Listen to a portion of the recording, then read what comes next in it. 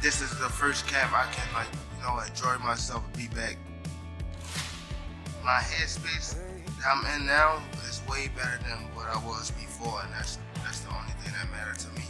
Things out there about the size and all of this stuff, but people forget that Tank's a top 10 pound for pound fighter, and he's got power in both hands, and skill wise and technique wise he's been doing this for so long.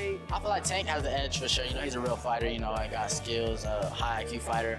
Regardless of the weight, I personally see Tank, spar heavyweight. Jake Paul versus Gervonta Davis is a showdown nobody saw coming. Two stars from completely different worlds colliding in one ring. Both men are hungry to prove dominance, silence critics, and show who truly rules the fight game. Night and day, right? You have to understand, I went from doing YouTube and Disney Channel to 5 years, once to twice a day, 6 to 7 days a week, training, recovery, taking it more serious than ever. I'm just a different specimen. My body is filled out. I'm going into my athletic prime, and going into that and my body filling out, I just feel amazing. It feels super strong. Jake Paul has been vocal about the intense training camp he's undergoing for his upcoming fight with Gervonta "Tank" Davis. He claims his preparation is unlike anything he's done before, bringing in elite talent to sharpen his skills. Jake even boasts about dropping a few sparring partners along the way. This week, he revealed that Shakur Stevenson will be joining his camp to help him prepare for the showdown. In a rare moment of humility, Jake admitted that Tank Davis is a dangerous opponent. While critics often label Tank as too small to compete with bigger fighters, Jake refuses to underestimate him. He acknowledges that Tank's power is real, explosive in both hands, and that his short stature doesn't limit his danger. Admitting fear of stepping into the ring with Tank is a bold statement from Jake, showing genuine respect for Davis's knockout power and proving this fight is no gimmick. We're going into a fight that I've actually ever been, because I know how good these people are that I'm sparring, and being able to see how good they are and knowing how good Tank is, it's actually going to be my toughest test to date. Yeah, I think, Jake, you could make the argument, right? Pound for pound wise, this guy's the most ferocious dude in the whole sport, couldn't you? For sure. I think he has probably one of the highest knockout percentages. Yeah, 90-something percent, right? Exactly. And just his speed, his elusiveness, his ring IQ, his conditioning. He's gone 12 rounds so many different times, something that I've never even done. So he's going to be sharp all the way through. I mean, the list goes on. And so just actually being vulnerable for a second, it's like, this is crazy. This is scary. It's kind of keeping me up at night. Jake, how do you prepare for, like you said, a guy who is shorter than you? How do you find a sparring opponent to replicate something that obviously, there's nobody else out there that's Tank Davis? How do you prepare for a guy that's different stature-wise? Yeah, no, we have world champions. Raymond Ford in the 130-pound weight class. We got Montana Lovin. Shakur Stevenson is coming in this week. So wow. Just sparring against guys on their level and people who have, been doing this their whole entire lives. But we're really focusing on speed. And not as much on power. I'm not doing as much like weightlifting and all of that stuff. I'm actually trying to lose some muscle so that I have less weight and so that my punches are coming off faster. Many fans are unaware of the real story behind Gervonta "Tank" Davis's journey. From the early days of his career, Tank was testing himself against heavyweights. Not just big men, but skilled, seasoned ones who knew how to control the ring. According to Showbiz, the boxing analyst, Tank didn't just survive those sessions. He dominated them. He punished bigger, stronger opponents who underestimated his speed, timing, and power. If Tank could handle heavyweights in sparring, then a cruiserweight like Jake Paul is unlikely to intimidate him. Jake may have size and reach, but Tank has already faced far greater challenges. Those sparring stories prove that Tank isn't new to facing towering obstacles. Showbiz further explained that the heavyweights Tank trained with were more technical and experienced than Jake. While Jake Paul has made remarkable progress, transitioning from influencer fame into legitimate boxing, he's still learning the deeper layers of the sport. His fundamentals are developing, But Tank has been fighting elite-level competition since his teenage years. Having survived and dominated bigger, more skilled fighters, Tank's experience neutralizes Jake's physical advantages. As Showbiz put it, this isn't a mismatch for Tank. If anything, it's Jake Paul who's walking into dangerous territory. Bigger people, like from middleweight to heavyweight. And the thing is, don't be surprised, okay? This is a photo. This is a photo of one of the bigger guys that he was sparring.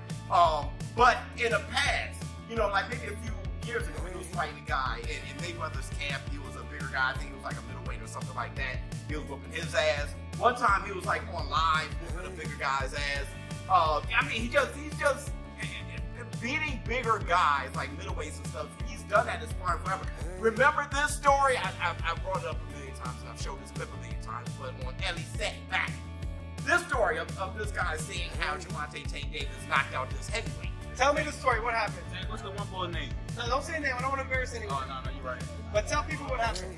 Then I was about to spar. Before I was about to spar Tank, he was sparring this big boy. A heavyweight. Heavyweight boy. And Tank hit that nigga. He hit him so hard that he was on the top of the rope just like this. Like, I thought he died. Like, I ain't gonna lie to you. I thought he died. Take that. Hey, I've seen him knock out some heavyweights. You might knock all that ass up now. You knocked out a heavyweight? Yeah. How was that? Because I hit harder than Wilder. Now, granted, the heavyweight that Gervonta Davis is whooping and sparring, it's not like, you know, all-time great heavyweights, all right? And it shouldn't be. But he's sparring the heavyweight, the level of heavyweight that, you know, has more experience than Jake Paul, right? But Jake Paul has beaten those heavyweights himself, right? I'm thinking that is the caliber of heavyweight that Gervonta Davis is sparring, but he's whooping their asses. And that's a good thing. Honestly, when Jake Paul sparring Raymond Ford, to me, it looked like Raymond Ford got the best of him. It looked like Jake Paul was a little exhausted, and it looked like Raymond Ford wasn't. It looked like Jake Paul was a little disappointed in his performance, and Raymond Ford was trying to give him a pick-me-up. Like, you know, just kind of letting him know. No, like, you know, we do this and do that. It just looked like Raymond Ford was in a confident, secure place, more dominant place, the more alpha out the two in the ring. That's Raymond Ford. That ain't Gervonta Davis. You know, I love Raymond Ford. I have one of my fighters in this. But still, I don't think anyone thinks he's as skillful or as powerful as Gervonta Davis. Gervonta Tank Davis has made a firm decision about his future. He's done with 135 pounds. The weight cuts were too extreme, the drain too heavy. He wants to fight where his body feels strong and fully charged. Moving up to 140 pounds marks a new phase in his career, one driven by growth, maturity, and bigger ambitions. Tank believes this is where he can perform at his absolute best, with full power and sharper endurance. This shift also aligns with his upcoming showdown against Jake Paul. Once that fight is over, Tank plans to remain a full-time super lightweight, targeting the top names in the division. He's confident that by staying at 140, he'll not only maintain his strength but also unleash even more destructive knockout power. While some fans argue that Jake's natural size gives him the advantage, Tank completely disagrees. He believes this is the weight where he feels fastest, healthiest, and deadliest. At 135, he already produced jaw-dropping knockouts, but now he's chasing show-stopping, career-defining power. The new division might transform Tank Davis into an even more dangerous version of himself, and Jake Paul could be the first to feel that difference. Had been throwing fits a few weeks ago when Gervonta had announced that he would be fighting Jake Paul in, I believe it's coming up in just about a month, or a little bit less than a month, and that he would not be, at least immediately, he would not be rematching Lamont Roach. So people went all up in arms. Shout out to my guy, Big Dog Willie, who even right now is claiming that Gervonta Davis is going to go try to fight in WWE or something like that when he gets done with Jake Paul. But the truth of the matter is that Gervonta Davis is coming back to boxing. He's always said that he's coming back to boxing. He said he's going to run off, get this bag real quick, and he'll be right back. Well, as you see, the 135-pound WBA, the WBA, where he holds his 135-pound championship, has not stripped him. They said that they were going to look into it if he had not rematched Lamont Roach, but nothing ever really came of that. So as of right now, he still has his 135-pound title. But I'm telling you, the way that things are panning out, I don't think he's going to go back down to the 135-pound division. I think he's going to go to the 140-pound division where really and truly all the smoke is there. Add to it the fact that when he fights Jake Paul, he's going to be fighting Jake Paul at a higher weight than he would necessarily be fighting guys at 135 pounds. You're probably not going to see him drain down for the fight. I don't think he's going to bulk up at all, but usually when guys play with their weight and they go up and allow themselves to fight at a higher weight or fight people at higher weight classes. Carmamel Moughton shared his perspective, firmly backing Gervonta "Tank" Davis to win with ease. He explained that Tank's history of sparring heavyweights proves weight won't be an issue. Jake Paul's size advantage, he says, won't matter against Tank's superior intelligence and skill. In Carmamel's view, Tank is a master boxer, while Jake is still learning the craft. He predicts not just a victory for Tank, but a dominant one. Having seen Tank's relentless work ethic firsthand, Carmamel's insight carries real weight. As he put it, talent always beats size, and skill always outclasses strength. Where's the Jake Paul? I feel like it's gonna be a good fight, entertaining. It's an exhibition, so we're gonna see how serious they really take it. But I don't know, they both getting a lot of money, so congrats to them. What if you had it who has the edge in this fight? I feel like Tank has the edge for sure. He's a real fighter. I got skills, a high IQ fighter. Regardless of the weight, I've personally seen Tank, spar heavyweights, and even me, I spar heavyweights, So the weight's not really too much, for a lot of great fighters, so I feel like Tank will get it for sure. And he can kind of be an advantage because he's small and fast. Someone said that. I'm I didn't think about that actually. Yeah, possibly. You're gonna see a lot of Jake Paul's punches coming. He can be able to evade them and they set him up for a big counter. Wait, but do you think this is going to be different than the other Jake Paul fights we've seen, against Mike Tyson and Julio Cesar Chavez? I know a lot of people weren't the happiest with that, but I feel like Tank's going to give him a different fight. Do you think so? I think so. We'll see how he adapts to, because a lot of people think it's hard, for a small guy to be fighting a bigger guy, but it's also hard for a big guy to be fighting a smaller guy. It's a small target, they're very fast, so we'll have to see how he adapts to it. Wait, and is Floyd Mayweather versus Mike Tyson really happening? Yeah, that's happening. No, it's not. Yeah. Wait, is there a date already, or what's going on? I don't think there's a date yet, but it's definitely an official fight and it's happening. So what do you got to say about that? What's going on? It's gonna be a great show. Floyd's gonna do his thing. Hopefully I'm on the undercard so I can put on a great show as well. No, really? You guys already talked about that? Not yet, no, but we'll have to see it. Yeah, for sure. And are you gonna fight again this year? What's next with you, Carmel? I don't know. At the moment, we haven't heard nothing. We're just waiting, staying patient, staying ready. But I should be back at least one more time before the end of the year. When the fight was first announced, Shakur Stevenson stood among its harshest critics. He openly questioned why a world-class champion like Gervonta "Tank" Davis would choose to face a YouTuber-turned-boxer instead of another elite professional.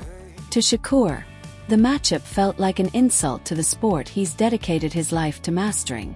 But things have taken an unexpected turn.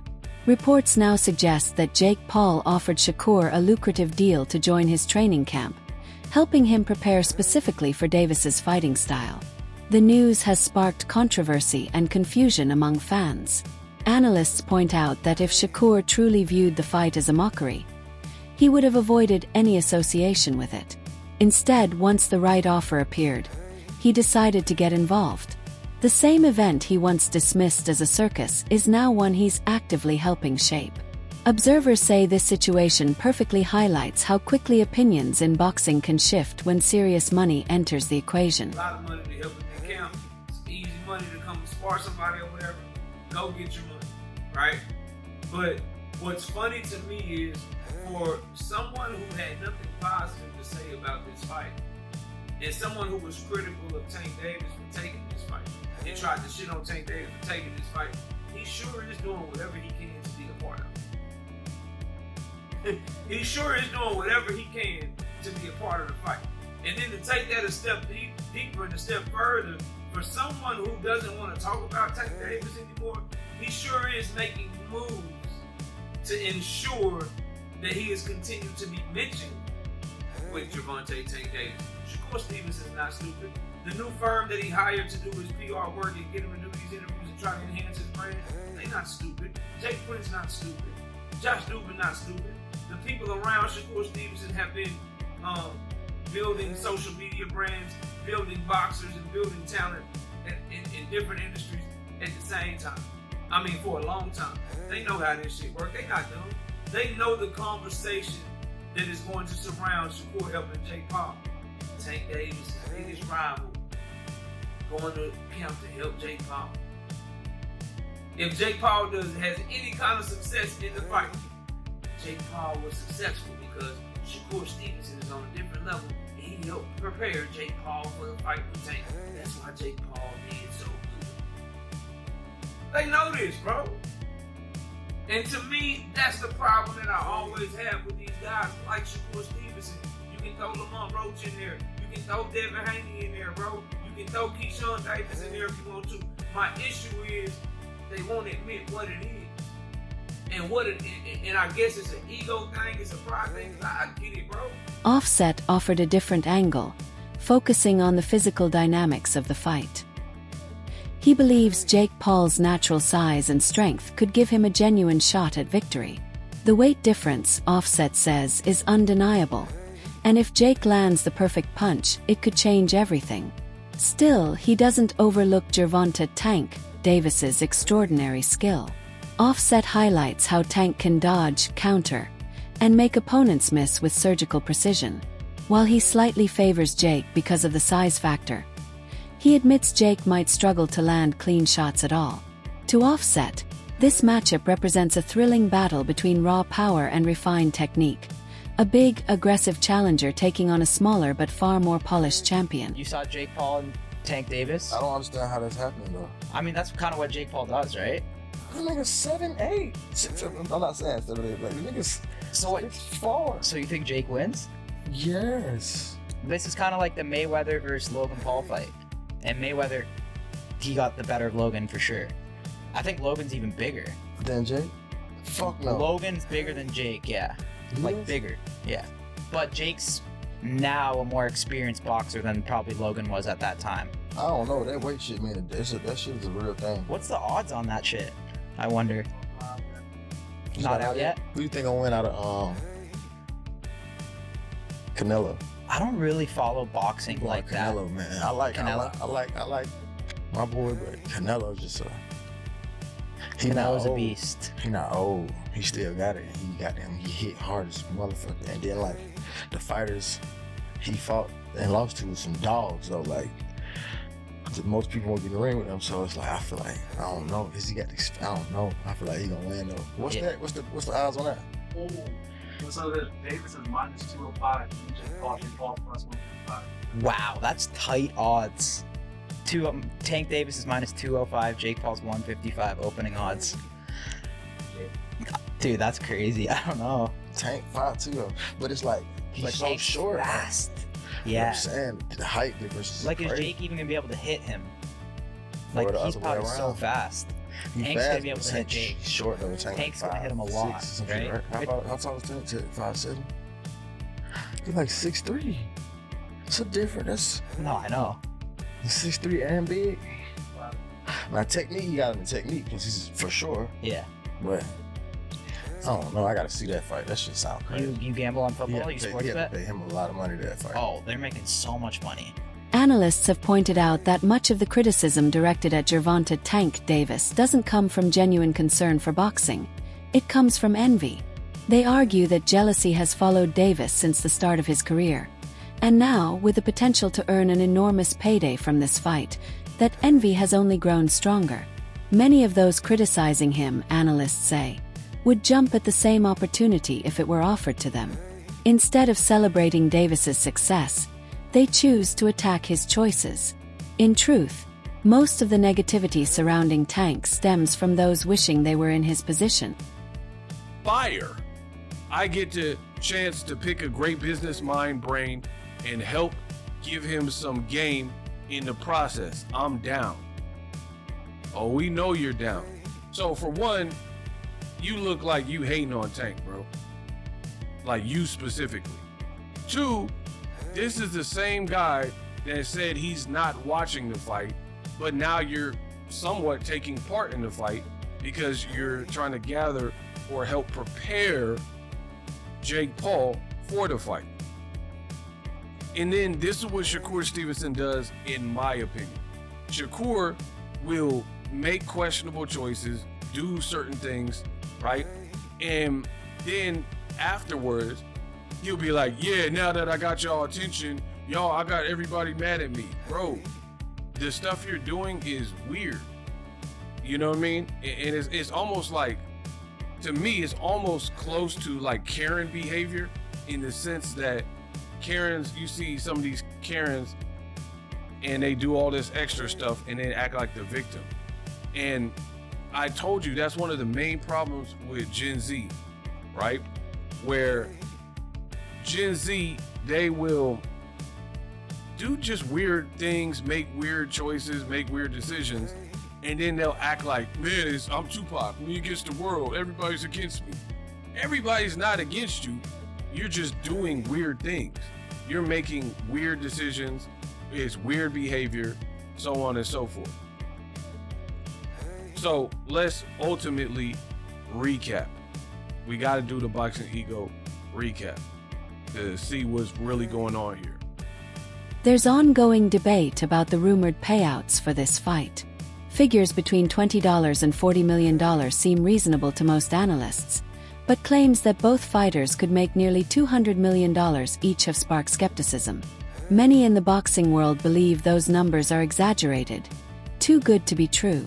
While the event is massive and global attention is undeniable, earning that kind of money in one night still feels unrealistic to many experts. For now, the true financial details remain impressive yet uncertain. It says 150 to 200 mil.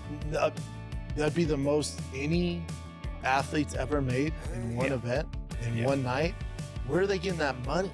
I mean, it's Netflix. Okay, Mike Tyson didn't make that. Jake Paul didn't make that. 20 million, I would believe, not 200. 20 million seems realistic. That's a lot. Even because Netflix is bigger, but there's no pay-per-view model, so.